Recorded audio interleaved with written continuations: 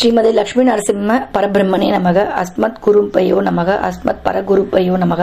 அஸ்மத் சர்வகுருப்ரையோ நமக.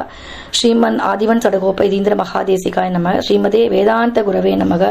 ஸ்ரீமதே ராமானுஜாய நமக. ஸ்ரீமதே பராங்குசாய நமக. ஸ்ரீமன் நாத யமுனாய நமக.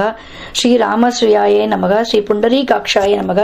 ஸ்ரீமன் நாதமுனையே நமக. ஸ்ரீமதே சடகோபாய நமக. ஸ்ரீ விஷ்ணு விக்ஷ்ணேஸ்வரனாய நமக. ஸ்ரீயை நமக. ஸ்ரீ நாராயணியே நமக.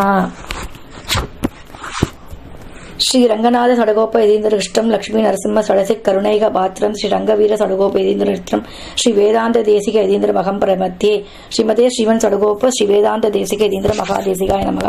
ஸ்ரீமன் மந்திர கடாரி சம்மித்த சமுதிரகாம் ஸ்ரீமத் வீரராக ஸ்ரீநாத யதீந்திர பாதாரவிந்தாஸ்ரீம் ஸ்ரீமதே வேதாந்த தேசிக காருண்ய ஸ்ரீராம் பதம் சேவே ரங்க துரிநக சமனம் நாராயணம் யோகிதம் ஸ்ரீமதே ஸ்ரீ லக்ஷ்மி நரசிம்ம திவ்ய பாதுகா சேவக ஸ்ரீமன் சடகோப ஸ்ரீ நாராயண யதீந்திர மகாதேசிகாய நமக. ஸ்ரீ வேதாந்த தேசிக யதீந்திர கடாட்சலப்தம் தைரக குணம் புதகாரண்யம் நாராயண தேதி சுழிக்கு பாக்ஷிகந்தம் ஸ்ரீ ரங்கநாத மதிசேகரம் ஆசிரமயாமக. ஸ்ரீமதே ஸ்ரீமன் சடகோப ஸ்ரீ ரங்கநாத யதீந்திர மகாதேசிகாய நமக.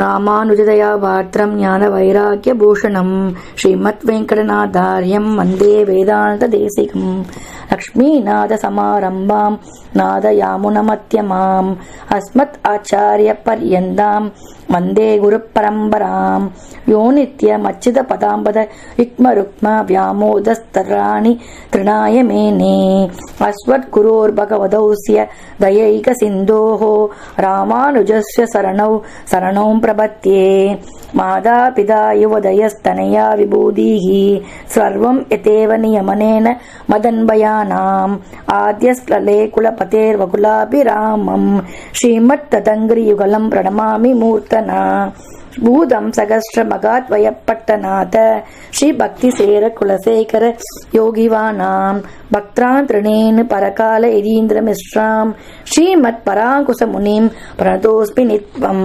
குருமுகமனதீஸ்த்யத்த பிராணவேதான் அசேஷாம் நரபதி பரிக்ளிப்தம் சுல்கம் ஆது காமஹா ஸ்வசர அமர வந்தியம் ரங்கநாதஸ்ய சேத்தே துஜகுலதிலகம் தம் விஷ்ணு சித்தம் நமாமி.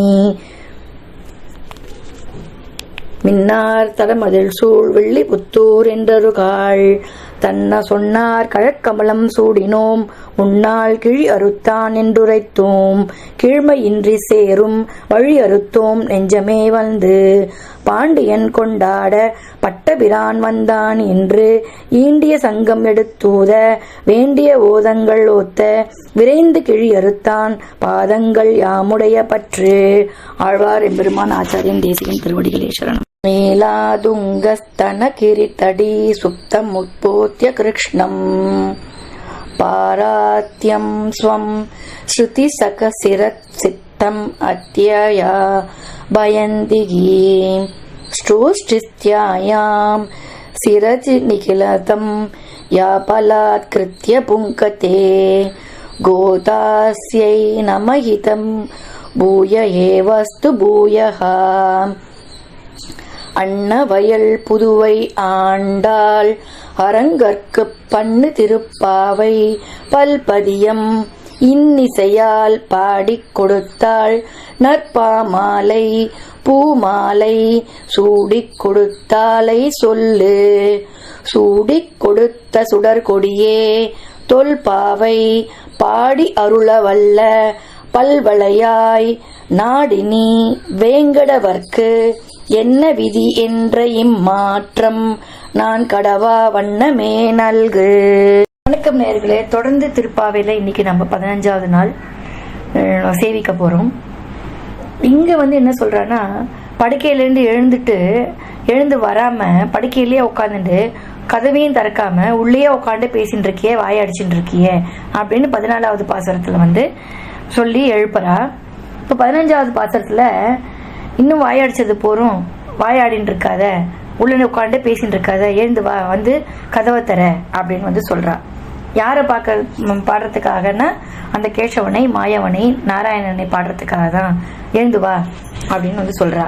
எல்லே இளங்கிலேயே இன்னும் உறங்கிதியோ சில்லென்று அழையே மின் நங்கை மீர் போதற்கின்றேன் வல்லே உன் கட்டுரைகள் பண்டே உன் வாயறிதும் வள்ளீர்கள் நீங்களே நானேதான் ஆயிடுக.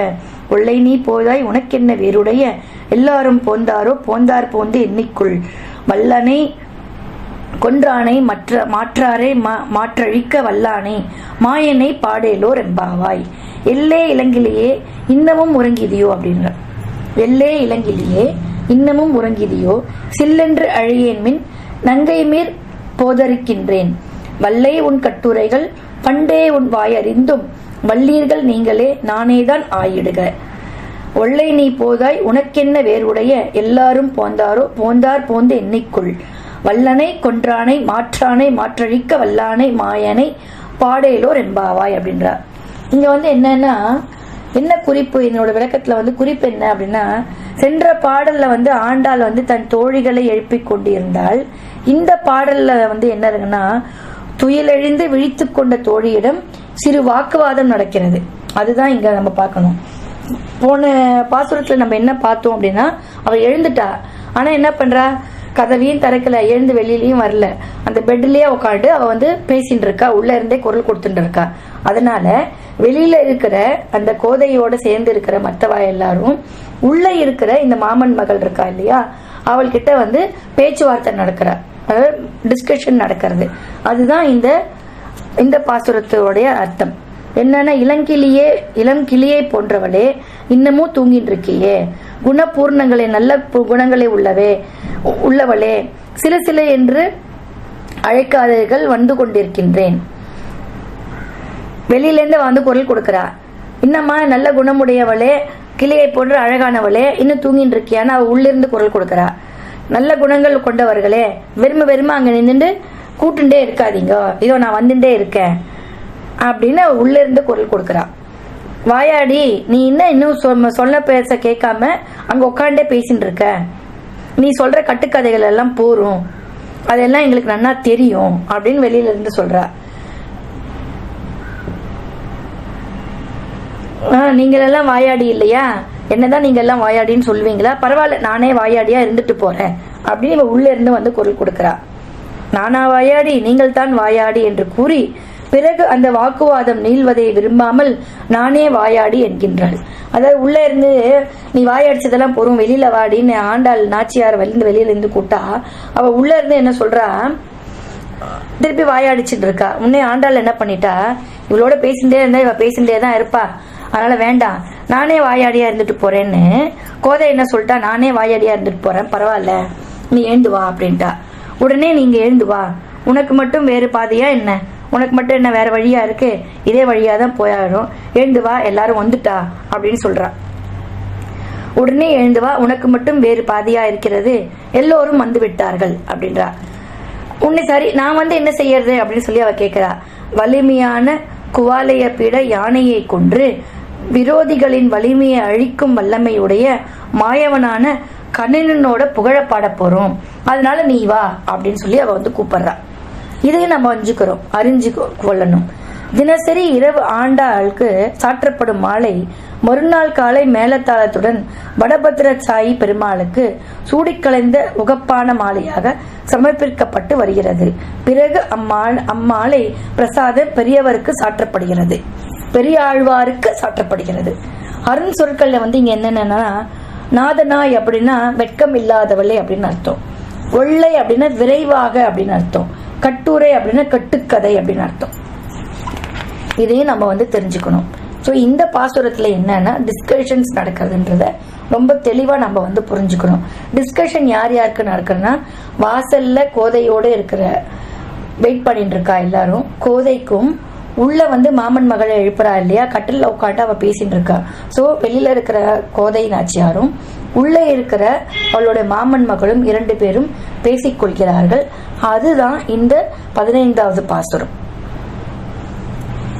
தொடர்ந்து கேட்டு இருக்கிற உங்களுக்கு நன்றி.